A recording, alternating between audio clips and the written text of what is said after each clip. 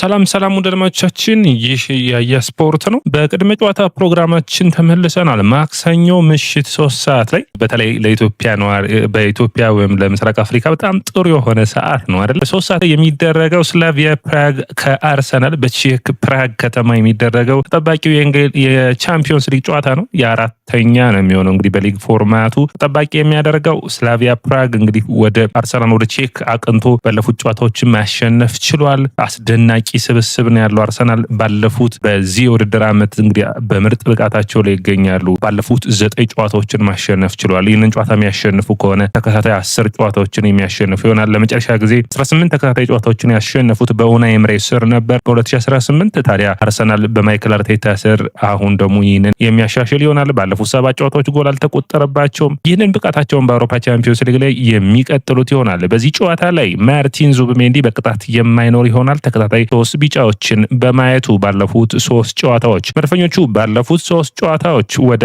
ሳን ማሜስ አቅንተው አትሌቲኮ ቢልባውን 2-0 ማሸነፍ የቻሉበት ጨዋታ፣ በኤምሬትስ ኦሎምፒያኮስን እና 2-0 ያሸነፉበት፣ እንዲሁም ደግሞ አትሌቲኮ ማድሪድን 4-0 በሜዳቸው ያሸነፉበት ጨዋታዎች አስደናቂ ብቃትን በ3 ጨዋታ 9 ነጥቦችን መሰብሰብ፣ ከዛ ውጭ ምንም ጎል አልተቆጠረባቸውም በአውሮፓ ቻምፒዮንስ ሊግ። ከዛ ውጭ ደግሞ 8 ጎሎችን ማስቆጠር ችለዋል። ታዲያ ይህ ስብስብ ወደ ፕራግ በማቅናትስ ነጥብ ይዞ ይመለሳል ወይ? ተጠባቂው ሁኔታ ነው የሚሆነው። በተቃራኒው ስላቪያ ፕራጎች ከቦዶ ግሊምት ጋር ያደረጉትን ጨዋታ 4-4 ተጠናቆ 1 ነጥብ ማግኘት ችለዋል። ከዛ በኢንተር ሚላን 3-0 ተሸንፈዋል። ሶስተኛ ጨዋታቸውን ደግሞ በተለይ ጥሩ ፐርፎርማንስ ባሳዩበት አትላንታ ቤርጋሞ ድረስ ሂደው 0-0 የወጡበት፣ ይህ ማለት 2 ነጥቦችን ይዘዋል። ከ36 ቡድኖችን ከያዘው የአውሮፓ ቻምፒዮንስ ሊግ ፎርማት 28ኛ የደረጃ ሰንጠረዡ ላይ ይገኛሉ። አርሰናል 4ኛ ነው የሚገኘው። እንግዲህ መድፈኞቹ ከቶፕ 8 ሆኖ የሚጨርሱ ከሆነ 1ኛ እስከ 8ኛ ሆኖ መጨረስ የሚችሉ ከሆነ ይህ ስብስብ በቀጥታ የሚያልፍ ይሆናል። ከ9ኛ እስከ 24ኛ ሆኖ የሚጨርሱ ከሆነ ግን በጥሎ ማለፍ ነው ወደዛኛው ዙር ማለፍ የሚችሉት። ታዲያ ዘንድሮ የአውሮፓ ቻምፒዮንስ ሊግ ደረጃ ማግኘት እንዳምናው አይደለም። በጣም ትልቅ ትርጉም አለው። ምክንያቱም በሜዳ የማድረግ እድልን እስከ መጨረሻው ድረስ የምታሰፋበት ይሆናል። የመጀመሪያው ጨዋታ ከሜዳ ውጭ፣ ሁለተኛውን ደግሞ በሜዳ እንድታረግ። አርሰናል አምና ለምሳሌ ፓሪስ ሰን ጀርመንን በጥሩ ሁኔታ በሊጉ አሸንፎ በሊግ ማለትም በደረጃ ሰንጠረዡ ላይ 3ኛ ሆኖ ነበር ያጠናቀቀው። ያንን ተከትሎ አርሰናሎች በግማሽ ፍጻሜ ሲያገኙት ግን ፓሪስ ሰን ጀርመን መጀመሪያ የተጫወቱት በሜዳቸው ነበር ዕጣ ድልድል ሲወጣ ማለት ነው። አሁን ግን እንደዛ አይሆንም። በሊግ ፎርማቱ ላይ ደረጃውን የቀደመው ሰው ሁሌም የመጀመሪያውን ዕጣ ነው የሚያገኘው። ይህ እንግዲህ ጥሩ ድልን የሚያመነጭ ይሆናል። ስለዚህ በሊጉ ላይ ጠንካራ ተፎካካሪ መሆን ያስፈልጋል። ኢንተር ሚላንና አርሰናል ምንም ጎል አልተቆጠረባቸውም። ባየርን እንዲሁም ደግሞ ፓሪስ ሰን ጀርመን ከአርሰናል በፊት ይገኛሉ ብዙ ጎል ባስቆጠረ። በአጠቃላይ እንግዲህ መድፈኞቹ 4ኛ ሳምንት የአውሮፓ ቻምፒዮንስ ሊግን ስንት ለስንት ያጠናቀቃሉ?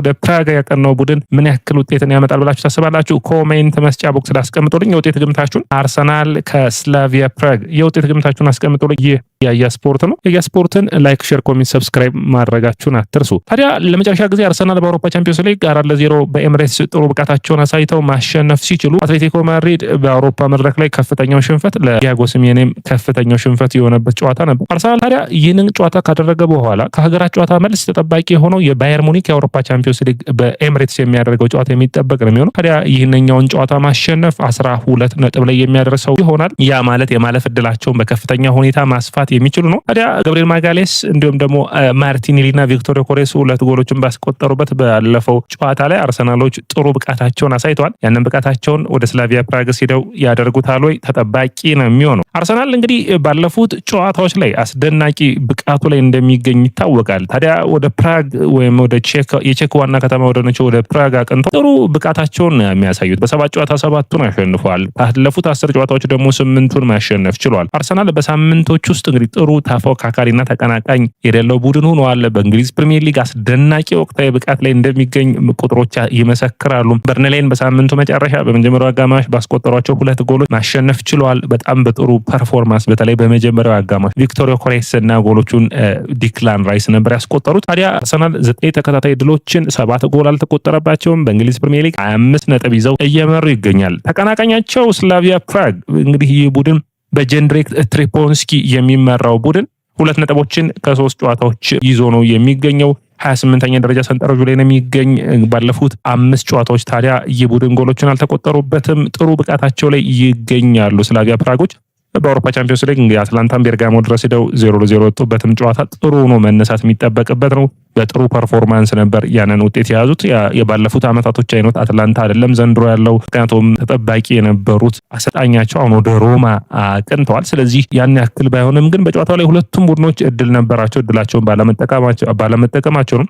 ታዲያ ስላቪያ ፕራግ በሳምንቱ መጨረሻ በራኪ ኦስቶቪያ የሚባለውን ቡድን 3-0 ማሸነፋቸውን ችለው በሊጋቸው የቼኩን ሊግ የሚመራው ከእንግሊዝ ፕሪሚየር ሊጉ መሪ ጋር ነው የሚገናኙ ማለት ይቻላል። በጣም በሜዳቸው ጠንካራ ቡድን ነው ስላቪያ ፕራግ። በሜዳቸው ባለፉት ጨዋታዎች አንድ ጎልን አስቆጥሯል። ማስቆጠር ያልቻሉት አንዴ ብቻ ነው። በአውሮፓ መድረክ ላይ ባለፉት 27 ጨዋታዎች አንዴ ብቻ ነው በሜዳቸው ጎሎችን ማስቆጠር ያልቻሉት። አርሰናል ለመጨረሻ ጊዜ ወደ ስላቪያ ፕራግ ያቀናው በ2021 ነበር። በማይክል አርቴታ ስር በሩብ ፍጻሜ በዩሮፓ ሊግ ነበር። ያኔ አርሰናል 4-0 አሸንፎ ወጥቷል። ባለፉት 6 ጨዋታዎች ሁለቱ ቡድኖች ያደረጉትን ስናይ ስላቪያ ፕራግ 4 ናቸው። ሁለት ጊዜ ብቻ ነው ማሸነፍ የቻለው። ያለፉትን 6 ጨዋታዎች አርሰናል ደግሞ ሁሉንም ማሸነፍ ችሏል። ጨዋታ ላይ ዙቢሜንዲ አይኖርም፣ ነገር ግን የጉዳት ችግርም ነበረበት። ነገር ግን ዛሬ ትሬኒንግ ሲሰለጥን ታይቷል። በዚህ ጨዋታ ግን የማይካተት ይሆናል። ቪክቶር ዮኬሬስ ወደ ስልጠና ዛሬ እንግዲህ ከቡድኑ ጋር ሲያደርግ አልታየም።